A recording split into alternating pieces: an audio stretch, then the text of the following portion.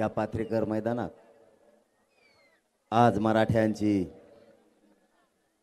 5व्या टप्प्यातली पहिली सभा आणि कार्यक्रम आपण आयोजित केला आणि आपण प्रचंड संख्येने उपस्थित राहिला त्याबद्दल तुमचं मनापासून स्वागत आणि कौतुक। तुमची 4 वाजताची सभा, पण काही कारणास्तव मला तुमच्यापर्यंत यायला उशीर झाला। काही कारण म्हणण्यापेक्षा ज्याच्यासाठी या मराठ्यांनी ही लढाई उभा केली, महाराष्ट्रातल्या कानाकोपऱ्यातला मराठा या ठिकाणी एकत्र आला। करोडोच्या संख्येने मराठा स्वतःच्या मुलाला न्याय मिळावा म्हणून एकत्र आला। ज्या विषयासाठी आपण एकजूट दाखवली, प्रत्येकाला वाटतं माझ्या मुलाला आरक्षण मिळालं पाहिजे, माझेही मुलं मोठे झाले पाहिजेत, यासाठी हा आपण लढा उभा केला। आणि त्यासाठी आज बदनापूरच्या या नगरीत बैठक होती, कार्यक्रम होता आणि योगायोगाने त्याच दिवशी नेमकी सरकारची ही बैठक मराठा आरक्षणासाठीच अंतरवालीला लागली।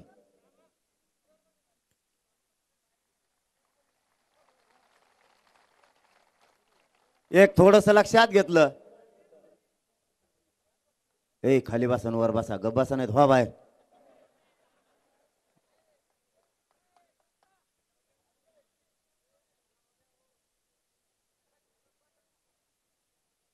मराठा आरक्षणाची लढाई या मराठ्या मायबापानं उभा केली। सगळ्यांचा उद्देश एकच की माझ्याही मुलाला आरक्षण मिळालं पाहिजे। त्याच विषयासाठी आज अंतरवालीत मुख्यमंत्री साहेब आणि 2 उपमुख्यमंत्री साहेबाच्या वतीनं शिष्टमंडळ मंत्रिमंडळाचं आलं। तुम्हाला सांगणं गरजेचं आहे उशीर का झाला,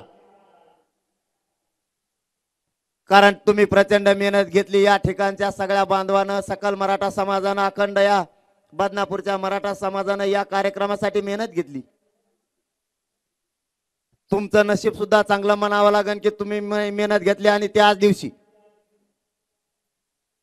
राज्य मंत्रिमंडळाचे मंत्री महोदय अंतरवालीला आलेत बैठकीसाठी। उशीर यासाठी झाला की ज्या मराठ्यांनी या आरक्षणासाठी हा संघर्ष सुरू केला, त्याच आरक्षणासाठी अंतरवालीत बैठक सुरू झाली। आपण 2 घंटे लेट गेलं तरी चालेल, परंतु मराठ्यांच्या लेकराचा आयुष्याचा विषय या बैठकीच्या माध्यमातून जर मार्गी लागला तर आपण या बैठकीला थांबलं पाहिजे। कारण प्रत्येक घरातला मराठा आज संघर्ष फक्त आरक्षणासाठी करायला लागलाय आणि त्याच आरक्षणासाठी बैठक।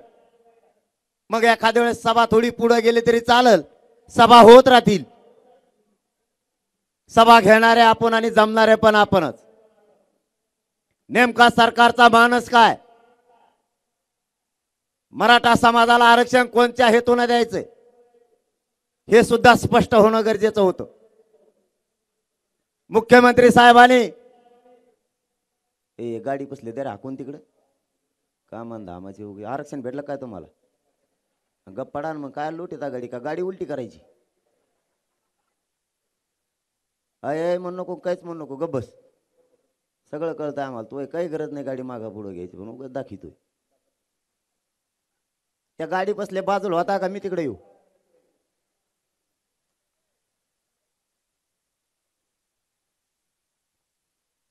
मुख्यमंत्र्यांनी 2 दिवसापूर्वी अधिवेशन सुरू होता आणि विधानसभेच्या पटलावर मराठा आरक्षणाचा विषय घेतला। तिन्ही कायदे मंडळ ऍक्टिव्ह होते। जर तुम्हाला एखादा कायदा पारित करायचा तर पुन्हा अधिवेशन बोलवण्याची आवश्यकता नाही। आम्ही विनंती करून सांगितलं होतं 24 डिसेंबर पर्यंत तुम्ही वेळ घेतलाय। तुम्हाला जर मराठ्यांना आरक्षण द्यायचंय आणि अधिवेशन 24 डिसेंबरच्या आत जर संपत असलं तर अधिवेशनाची मुदत वाढवा। विशेष अधिवेशन बोलवायचा घाट घालू नका। कायदा पारित करण्यासाठी आधार लागतो, त्याशिवाय कायदा पारित करता येत नाही। तर शिंदे समितीने तुम्हाला 2 अहवाल दिलेत। तुम्ही प्रथम अहवाल मराठा आरक्षणात असलेला स्वीकारलाय आणि 54 लाख नोंदी या मराठ्यांच्या आरक्षणात असलेला नोंदी मिळालेला तोही दुसरा अहवाल तुम्ही स्वीकारलाय. मग आता अडचण काय? जर मराठा आरक्षणात येतोय, ओबीसी आरक्षणात येण्यासाठी मराठ्यांनी सगळे निकष पार केले, तर मग अडचण काय? तुम्ही सुरुवातीला सांगितलं 4 दिवसात कायदा पारित होणार नाही, 1 महिन्याचा वेळ द्या. मराठ्यांनी तुम्हाला 40 दिवसाचा वेळ दिला. पुन्हा तुम्ही आले, एवढ्या वेळेस ऐकायला लागतंय. आणखीन वाढून वेळ दिला तर आम्हाला आणखीन जास्तीच्या नोंदी घेता येतील आणि मराठ्यांसाठी कायदा पारित करता येईल. आणखी वेळ द्या. मराठ्यांनी पुन्हा तुम्हाला 2 महिन्याचा वेळ दिला, 24 डिसेंबर पर्यंत. याही अगोदर 3 महिने त्यांना वेळ दिला होता. एकूण महिने झाले 7.5. हा संघर्ष सलग सुरू आहे. मग शेवटच्या टप्प्यात जर तुम्हाला 2 महिने पाहिजे होते, ते दिले. आता अडचण काय? काहीच नाही. मग कायदा पारित करायला प्रॉब्लेम काय? 9:30 वाजले आणखी. जर मराठ्यांनी वेळ दिला, अडचण काय? कायदा पारित करायला आधार लागतो, आधार मिळाला. तुमच्या तोंडानं सांगताय 54 लाख नोंदी मिळाल्या. या भारत देशात नोंदी सापडलेल्या आणि ज्यांना ज्यांना आरक्षण दिलं त्यात एकही नाही. फक्त मराठा जात आहे की त्याच्या शासकीय खऱ्या नोंदी सापडल्या.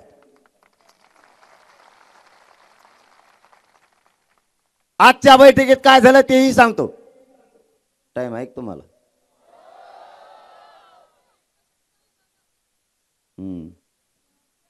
रातभर चलून द्या महाकर कारगिरम.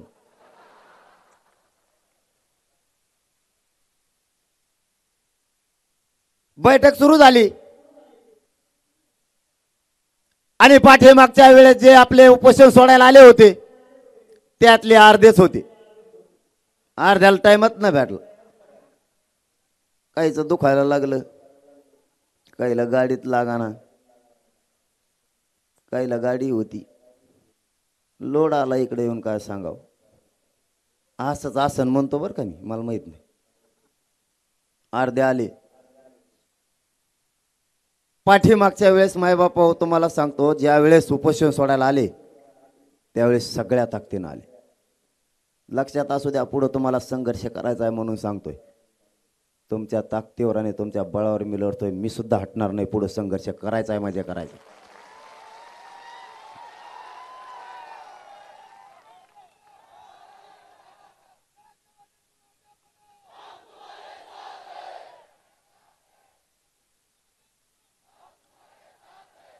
पाठीमागच्या वेळेस उपोषण सोडायला आले, सगळ्या ताकदीनं आले. मंत्रिमंडळाचा मातंबर मंत्रिमंडळातले मंत्री आणले. त्यांच्या सोबत कायदा पारित करायचा आहे म्हणून कायद्याचे अभ्यासक पाहिजेत. कायद्याचे अभ्यासक सुद्धा आणले. कायदा कसा बनावा लागेल त्यासाठी अहवाल कोणता लागेल त्यासाठी अभ्यासक सुद्धा आणले. कायदा ज्यामुळे पारित होतोय ते मंत्री, त्या कायदे मंडळाचे सदस्य सुद्धा आणले. काही अडचणी येऊ नयेत, काही त्रुटी आता राहिल्या नाही पाहिजे म्हणून सचिवही आणले. आणि ज्यांना कायद्याचं पूर्ण ताकदीनं नॉलेज आहे. काय रे? हा 24 ला येईन का काय मग अशीच?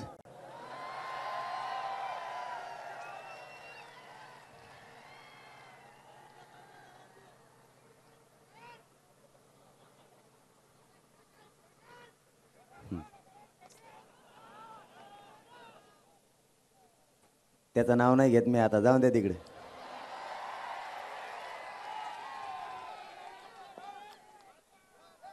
जो कामाचा माणूस नाही त्याचं काय नाव घ्यायचं?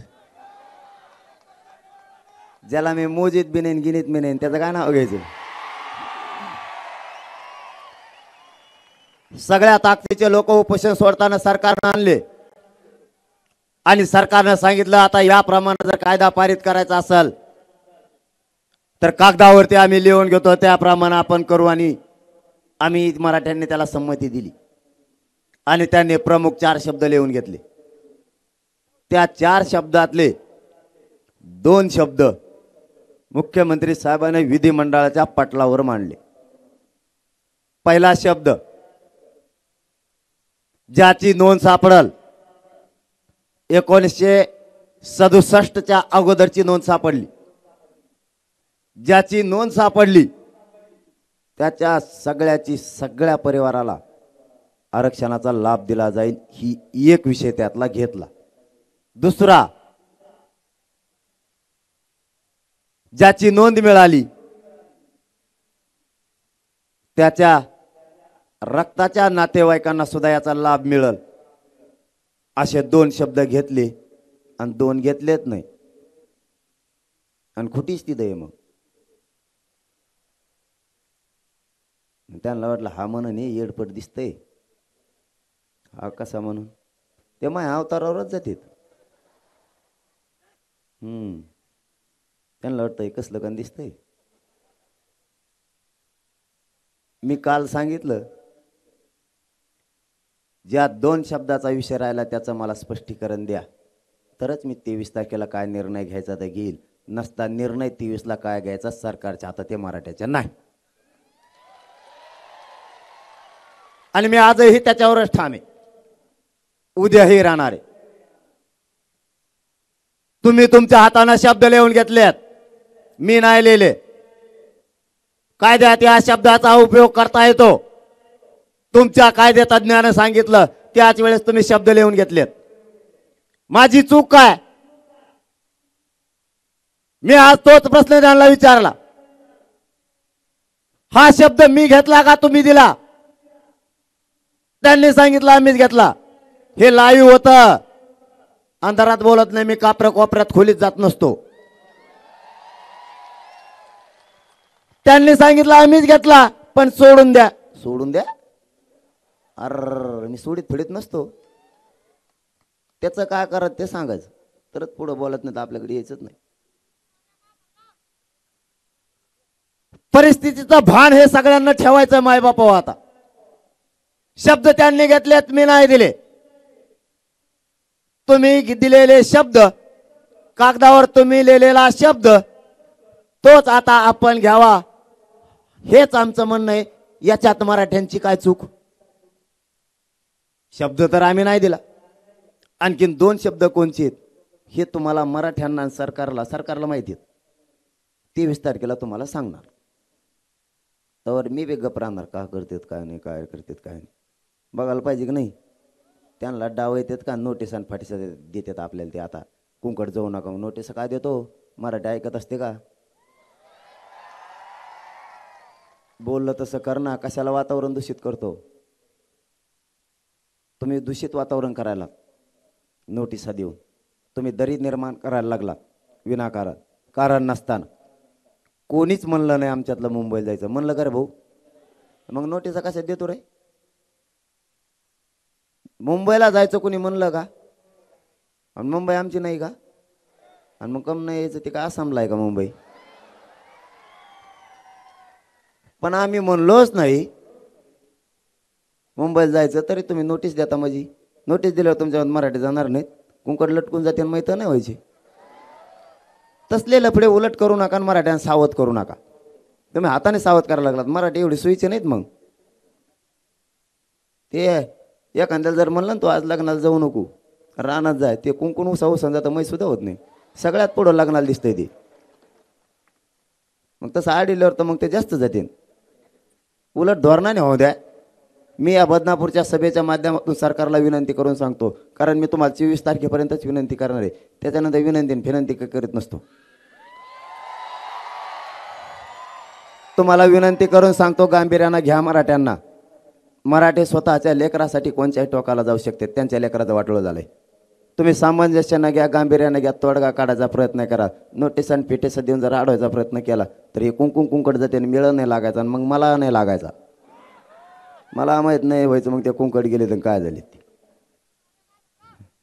लय जीव दे का तुमचा त्याच्या एकट्यातच. दोनदा झालं, तीनदा झालं का 9 वाजलेत. मला 9 वाजता लय भेव वाटतं बोलायचं. काय करते तर काय नाही कोणाला माहित. 9च्या नंतर 9च्या नंतर मी हातात देत नाही कोणाचे. लय अवघड नमुने ती हे नाही का टाकलेली असते का कानू. मग हातात घेते मलाच घोडे लाविते. अरे नमुने 7-8 फोटो काढते. मी म्हणतो ना आता सोड ना, मग हात म्हणतो काढून देतो तुला काय दम नाही का ना काय. म्हणजे मलाच मायाच पायावर पाय देतो मलाच घोडे लावितो. आता उद्या सकाळी काय करा, जे आता ढकलायला होते ना त्यांना फक्त विचारा कशी मजा येते माणसं लोटायची. आमचे कसे हालवत असते रे भाऊ. ओसे खवळ्याला तुम्हाला लागत.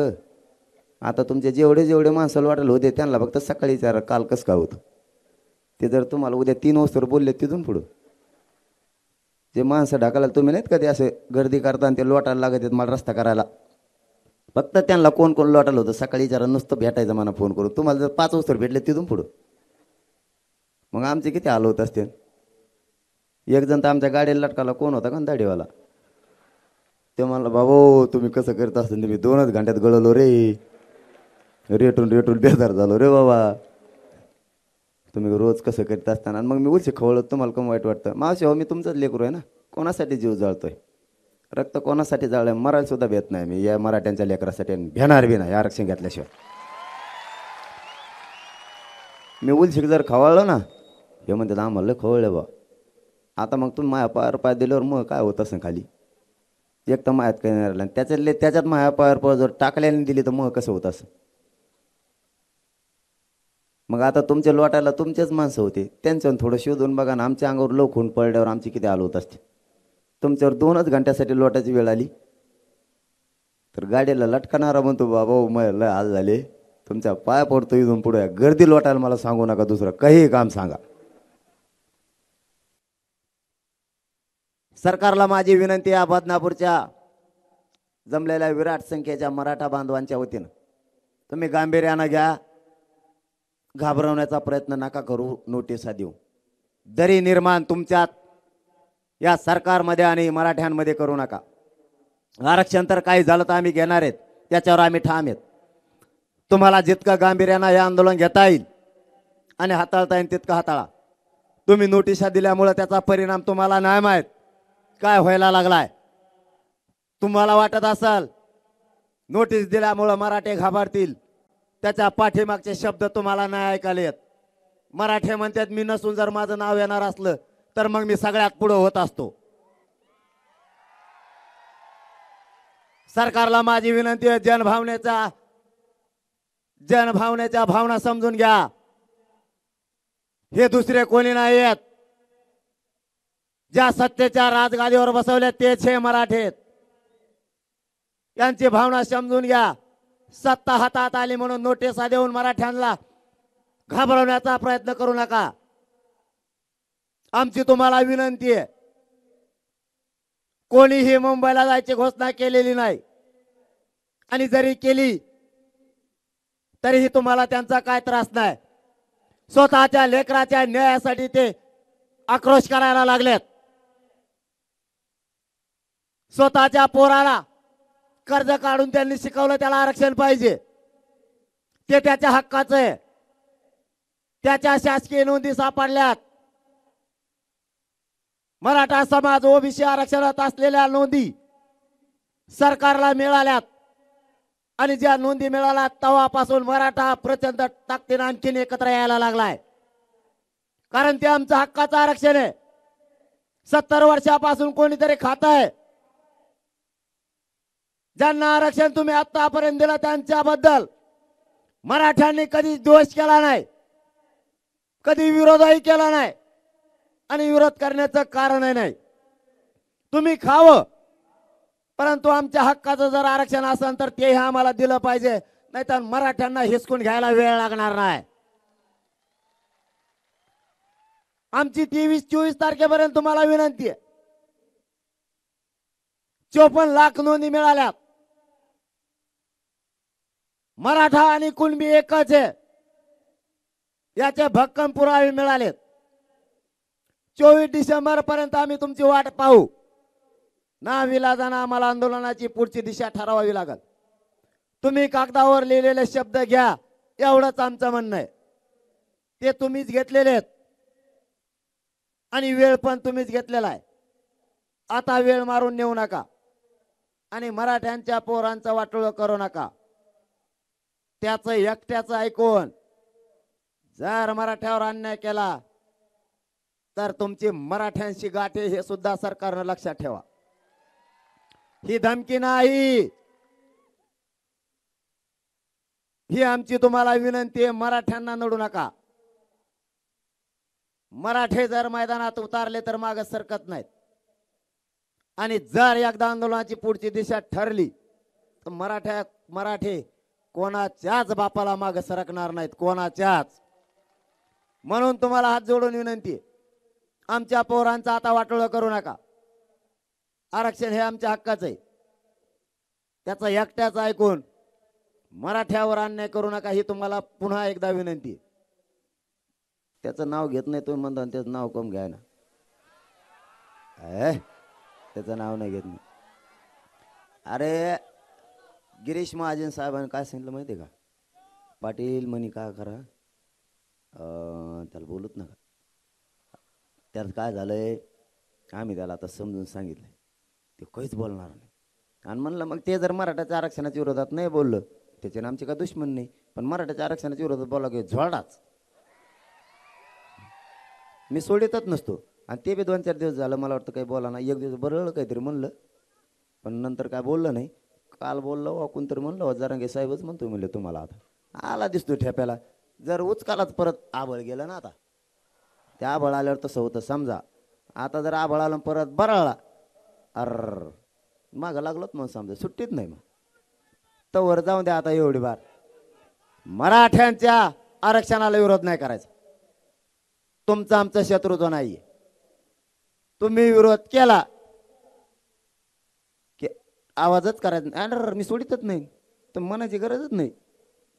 त्याचं मग काय छत्तीचा आकडा आहे का माहीत. मी त्याला सोडितच नाही. ते म्हणलं खोट्या मारून ठेवल्यात. म्हणलं खोट्या तो खोटाच उपटून टाकीन सगळा. खोट्या काय आणि उपटेला का नाही मग. अरे आरक्षणात गेले मराठे, 54 लाख मराठे ओबीसी आरक्षणात गेले सुद्धा. तुम्हाला या 8 ते 15 दिवसात 2.5 कोटीपेक्षा जास्त मराठी आरक्षणात गेलेले दिसते. तरच आपलं नाव घ्यायचं. नाव सुद्धा घेऊ नका. एवढं सोपं नाही. एकदा नादाला लागलो ना पुरा लागतो. फक्त मी दिसायलाच बारीक आहे. कामाला लागला की कार्यक्रमात लावितो. ते मला येडं समजते. ते म्हणते येडं काय येईन बेजार केले सगळ्याला. फक्त पुढचं आंदोलन करायची दिशा जरी झाली तरी शांततेत करायचं. आणि मात्र पुढच्या काळात कधी काळी बदनापूर परिसरात जर आंदोलन उभा करायची वेळ आली 20 किलोमीटरवर मराठ्यांना उभं राहायला जागा नाही राहिली पाहिजे. एवढ्या ताकदीनं आंदोलन झालं पाहिजे. 20 किलोमीटरवर घामच फुटला पाहिजे पुढच्याला. तुमच्या इथल्या नमुन्याला कस काय घाम फुटला होता. आपला कचका तसा असतो. मग कचाट्यात सापड. अरे गब्बातला तेव्हा आता नाही बोलला की वाजीला. आपलं धोरण तसं आहे. त्याला सुट्टीच नाही. आणि विशेष करून तुम्हाला एक काम सांगतो, मराठ्यांनी पक्षासाठी काम करू नका आरक्षण मिळेपर्यंत. हो त्याचं ऐकायचं. परत मग मला त्याचं नवीन कळालंय काहीतरी, मी माहिती घेतो पुढच्या सभेत वाजवीन त्याला. तसं काही नाही या सभेत जर नाही वाजले पण खात्रीशीर माहिती असल्याशिवाय मी बोलत नाही. तरी फोन केलं म्हणतात जाऊ नका तिकडं कुठं जात नाही रे. मला फक्त खरं मिळून द्या. इथून मागची त्यांनी माफी मागितली त्यामुळे विषय सोडला. मग आपण रीतसर आहे. आपण आपली संस्कृती सोडून वागत नाही. मराठ्यांचा नियम आहे संस्कृती सोडून वागायचं नाही. अरे तो मराठ्यानेच मोठं केलं, मराठ्याच्या विरोधात काम करायला लागला. आम्हाला शिकवतो. आयुष्यात मराठी गुलाल नाही लागून द्यायचे. लय बेकार आहेत. त्यामुळे बोलायचं नाही. फोन लावले जणू असं काहीतरी कळालंय मला. व्हॉट्सअप कॉलच केले, रेकॉर्डिंग करतात म्हणून जाऊ नका जाऊ नका जाऊ नका. मराठ्यांच्या लोकांनी जर ऐकलेलं असलं तर मला सांगा अंधारात. त्याचं ऐकलं ना आले नाहीत अंधारात सांगा. पुढं त्यांना कुठं ना कुठं तर उभं राहायचंच मग. हा निवडणुकीला नाही म्हणत बरं का मी. हा नाही तुम्ही काय अर्थ काढता त्याला मी काय करू. मग त्या टायमाला बघू त्यांचं बी काय करायचं. तुम्हाला फक्त विनंती जाता जाता, जास्तीचा वेळ तुमचाही घेत नाही कारण मला इथून शेलूला जायचंय.